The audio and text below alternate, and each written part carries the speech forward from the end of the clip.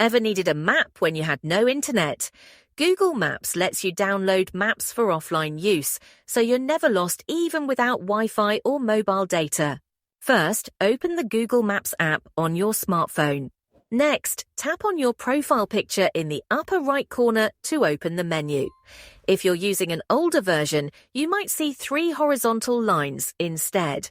Tap those to access the same menu. Now, scroll down and select Offline Maps. This will take you to a new page where you can manage and download maps for offline use. Tap on Select Your Own Map.